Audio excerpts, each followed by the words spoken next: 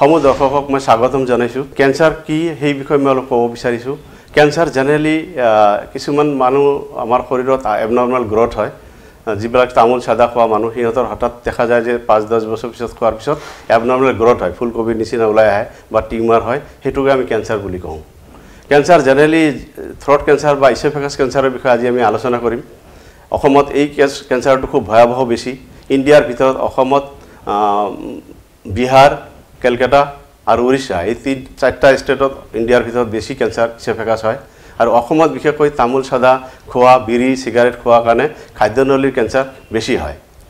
তো জেনেৰেলি এই কেছবিলাকত খাদ্যনলীৰ কেঞ্চাৰবিলাক তামোল সাদাৰ পৰা হোৱা বুলি আমি অনুমান কৰিছোঁ ইতিমধ্যে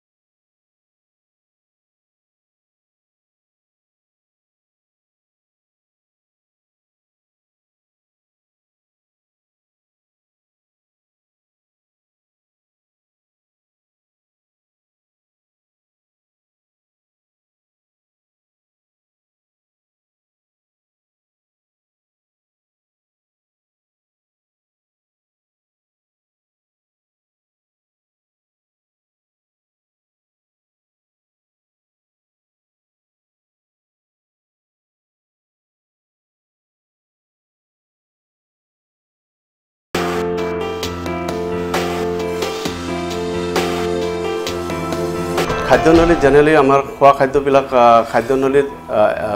5 সেণ্টিমিটাৰৰ পৰা 40 সেণ্টিলৈকে দীঘল হয় এই খাদ্যনলীত জেনেৰেলি তামোল সাদা খোৱা চিগাৰেট খোৱা মানুহবিলাকৰ হয় টিউমাৰ হয় আৰু সেইটো কেঞ্চাৰে বেছিভাগ আমাৰ অসমত হৈ আছে সেইকাৰণে আজি আমাৰ বিষয় হৈছে খাদ্যনলীৰ কেঞ্চাৰ গতিকে মই দেখুৱাব বিচাৰিছোঁ যে খাদ্যনলীৰ কেঞ্চাৰ কোনখিনি জেগাত হয় খাদ্যনলী জেনেৰেলি 1 সেণ্টিমিটাৰৰ পৰা 40 সেণ্টিমিটাৰৰ ভিতৰতে এইখিনি পাইপত কেঞ্চাৰ হয় জেনেৰেলি যিবিলাক মানুহ তামোল সাদা খায় তেওঁলোকৰ এই খাদ্যনলীৰ এইখিনি জেগাত টিউমাৰ হয় ইয়াৰ পৰা 5ৰ পৰা 25ৰ পৰা 30 সেণ্টিমিটাৰত জেনেৰেলি বেছিভাগ হয় আৰু বেছিভাগ 50ৰ পৰা 60ৰ ভিতৰতে বেছিভাগ কেঞ্চাৰ এই খাদ্যনলীত হোৱা দেখা যায়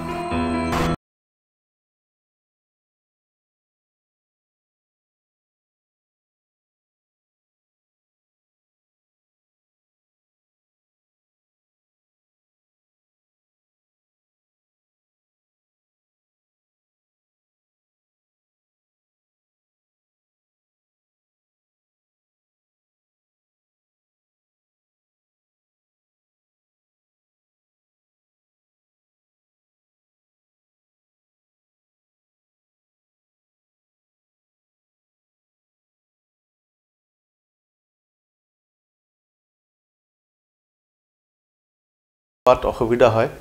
খোৱাতে মানে বমি হৈ যায় বুকুত বজি ধৰে আৰু থু ওলাই থাকে আৰু মানুহটো অসংখ্য বিষৰ কাৰণে মানুহটো খাব নোৱাৰা হয় লাহে লাহে দিনে দিনে শুকাই যায়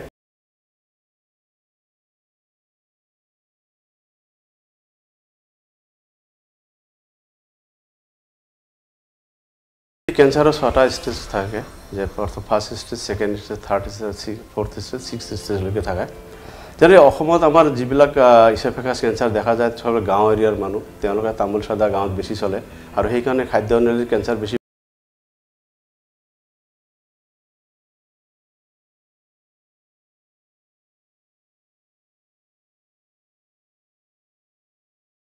আৰু তেওঁলোকে প্ৰথম ছেকেণ্ড থাৰ্ড ষ্টেজলৈ ডক্টৰৰ ওচৰত নাহে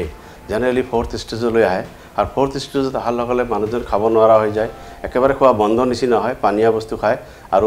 সিভিয়াৰ পেইন হয় মানুহজন ক্ষীণাই যায় আৰু তেনেকুৱা কেছবিলাক আমি 4th ষ্টেজত পাওঁ আৰু 4th ষ্টেজত পোৱাতে আমাৰ ট্ৰিটমেণ্টত অলপ ডিফিকাল্টিজ হয় ট্ৰিটমেণ্ট আমি বহুত কষ্ট কৰিব লগা হয় তাতে 6 মান্থত আৰোগ্যৰ পথলৈ আহে কিন্তু 6th ষ্টেজ আৰু 5 ষ্টেজলৈকে গ'লে সেই পেচেণ্ট ছাৰ্ভাইভ কৰা বৰ ডিফিকাল্টিজ তেওঁ খাৱা বন্ধ হৈ যায় আমি পেটেদি পাইপ লগাব লগা হয় পাইপ লগাই দি তেওঁ ছাৰ্ভাইভ কৰা বৰ ডিফিকাল্টিজ হয় কিন্তু জেনেৰেলি ফাৰ্ষ্ট ষ্টেজ আৰু ছেকেণ্ড ষ্টেজ আৰু থাৰ্ড ষ্টেজ জেনেৰেলি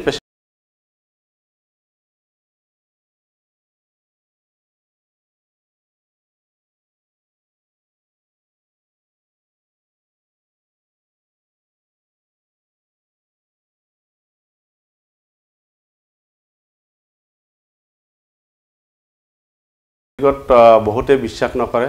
এলোপেথিকত দেখা যায় যে কেমোথেৰাপি বা ৰেডিয়েশ্যন বা সাৰ্জাৰী কৰে ইছ'ফেগাছ কেঞ্চাৰত কিন্তু আমাৰ হোমিওপেথিকত আমি মেডিচিনৰ দ্বাৰা পেচেণ্টৰ যাতে ছাইড এফেক্ট নহয় তেওঁৰ যিটো ব্লক হয় সেই ব্লকটো যাতে টিউমাৰ যিটো থাকে সেইটোৰ ওপৰত আমি মেডিচিন দিওঁ দেখা যায় যে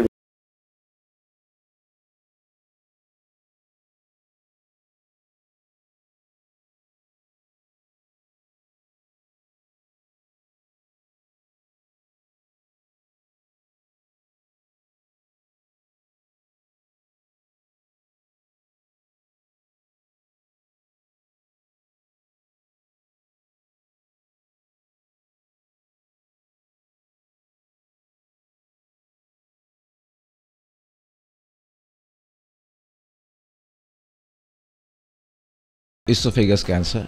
I could not take any food. My son brought me to SA Research Diagnostic and Cure Center of Dr. S.A. Ahmed. I have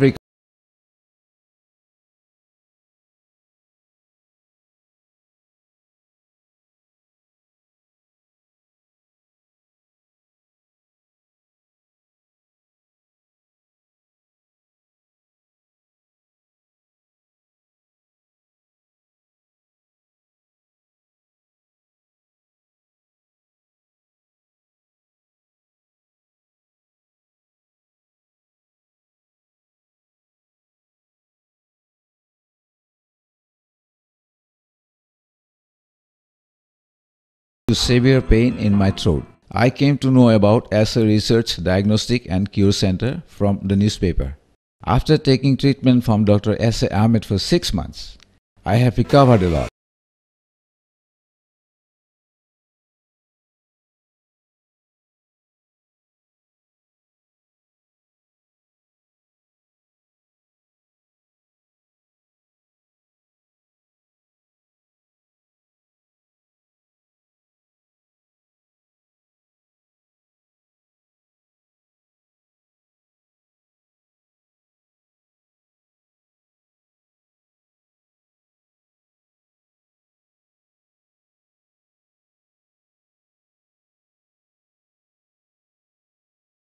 In my throat.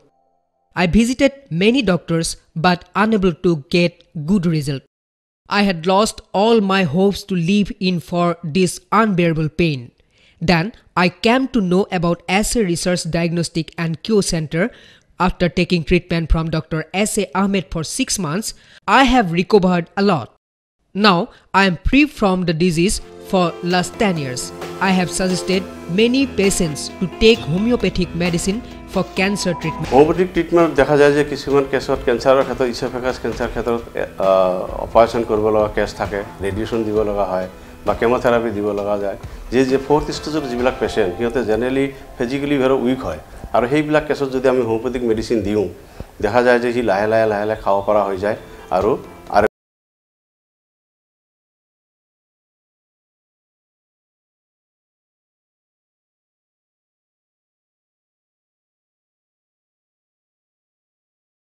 Medicine এনেকুৱা কাম কৰে যিটো মেডিচিন খোৱাৰ লগে লগে মানুহটো খাব পৰা হৈ যায়, তাৰ টিউমাৰটো কমি আহে আৰু মানুহটো দিনক দিনে তাৰ চিম্পটম যিবিলাক খাব নোৱাৰা, তাৰপিছত বুকুৰ বিষ,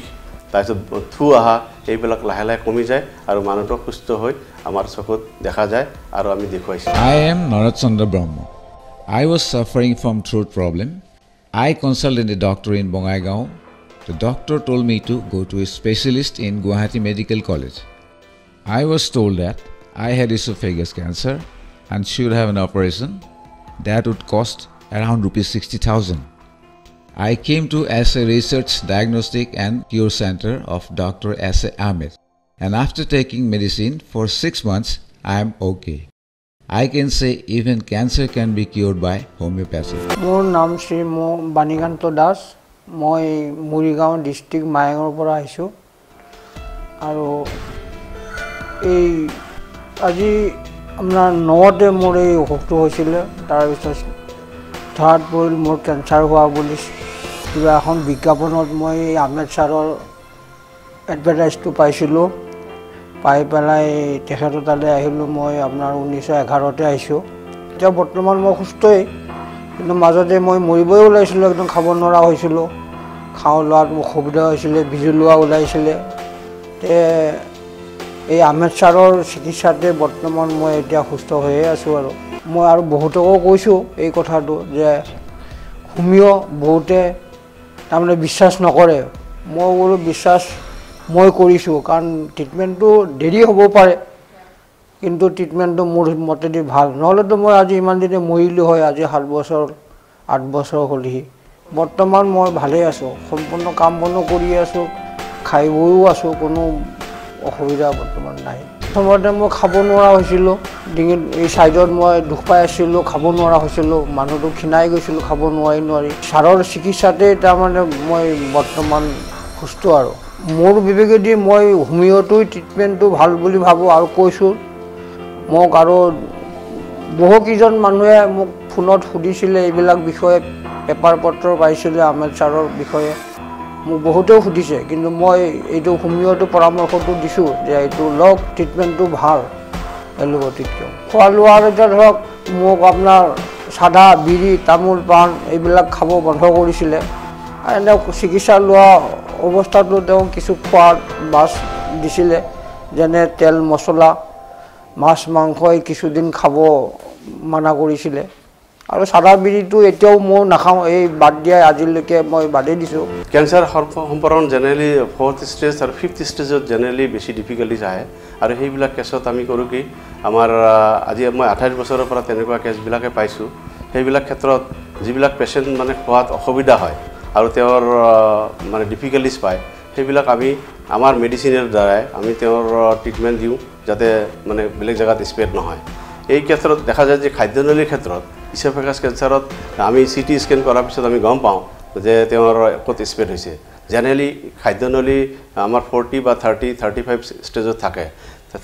সেন্টিমিটাৰ থাকে সি কেতিয়াবা স্প্ৰেড হৈ দেখা যায় যে লাং আৰু বনলৈ গুচি যায় নাইবা কেতিয়াবা লিভাৰলৈ গুচি যোৱা দেখা যায় তেনে কেছবিলাকত আমি